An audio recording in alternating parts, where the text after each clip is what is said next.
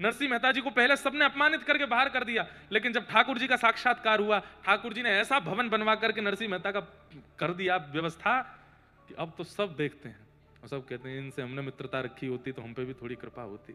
आज उनके भैया आए और नरसिंह मेहता जी से बोले कि पिताजी का श्राद्ध है घर पे, हम दोनों तो भाई ही हैं, आप आ जाना श्राद्ध में। नरसिंह मेहता बोले हाँ भैया, आप पिताजी का श्राद्ध है तो आना, आऊंगा ही मैं, जिनकी कृपा से मुझे सब कुछ प्राप्त है मैं आऊंगा, लेकिन आप प्रारंभ कर देना, सुबह उठ करके सेवा पूजा संध्या वंदन और ठाकुर जी का बड़ा उत्सव आदि का क्रम रहता है, उससे निवृत्त होकर मैं आऊंगा।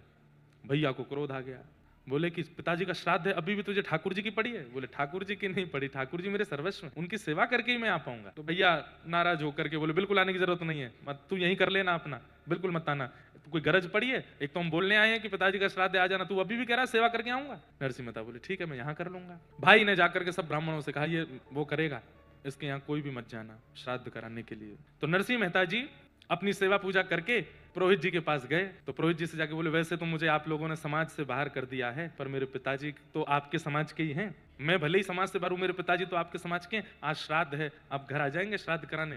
पुरोहित जी बोले हम तो आपके भैया को वचन दे चुके हैं, वहां हमको श्राद्ध कराने जाना है, आपके यहाँ कैसे आएंगे? आप कोई और व्यवस्था कर लो अपनी। तो ठीक है, दूसरे पुरोहितों के पास गए तो दूसरे पुरोहितों ने कहा कि हमको तो इतना धन दक्षिणा देनी पड़ेगी, इतना ये करना पड़ेगा, और देखो तुमको सब समाज के लोगों ने बहिष्कृत कर दिया, तो सब समाज के लोगों को तुमको प्रसाद पवाना पड़ेगा।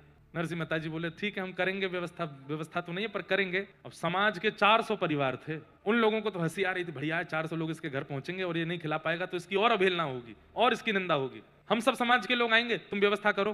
नरसिंह मेहता बोले ठीक है। एक सेठ जी बहुत प्रेम मानते थे नरसिंह मेहता जी का, कीर्तन उनको बहुत प्रिय था। सेठ जी के पास नरसिंह मेहता गए, बोले मेरे घर पर श्राद्ध होना है, ब्राह्मण आएंगे, आप कुछ मुझे मोहर दे दीजिए तो मैं उनको प्रसाद पवा दूंगा, उसके बाद वापस कर दूंगा।